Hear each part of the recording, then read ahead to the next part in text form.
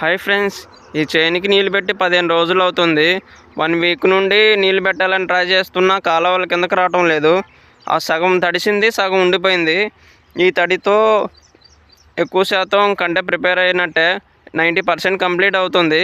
ఈ తడి కనుక అందిలేకపోతే మాత్రం చాలా దిగుబడి తగ్గిపోతుంది. మార్నింగ్ వచ్చి చూస్తే కాలువలు రాలే, ఇప్పుడిప్పుడే చిన్నగా పైనుండి కాలువలు సాగినాయి. పైన ఎక్కువ శాతం ఇప్పుడు లాస్ట్ ఇంకా 10-20 డేస్లో కటింగ్కి వస్తాయి. సో ఈ టైంలో వాటర్ ఇవ్వటం అనేది వెరీ వెరీ ఇంపార్టెంట్ ఫ్రెండ్స్. దీనికి మొక్కజొన్నకి ఈ తడితో 90% కంప్లీట్ అవుతాయి అన్నీని. ఇంకొక తడి కనుక వేస్తే 100% అవుతాయి. తర్వాత ఒక 10-15 డేస్ అనేది నీళ్ళు ఆపేసి తర్వాత కట్ చేసుకోవచ్చు ఫ్రెండ్స్. ఇప్పుడు చాలా ఎక్కువ శాతం మొక్కజొన్న వేశారు ఫ్రెండ్స్. దాని మూలంగా కాలువలు కిందకి రావటం లేదు.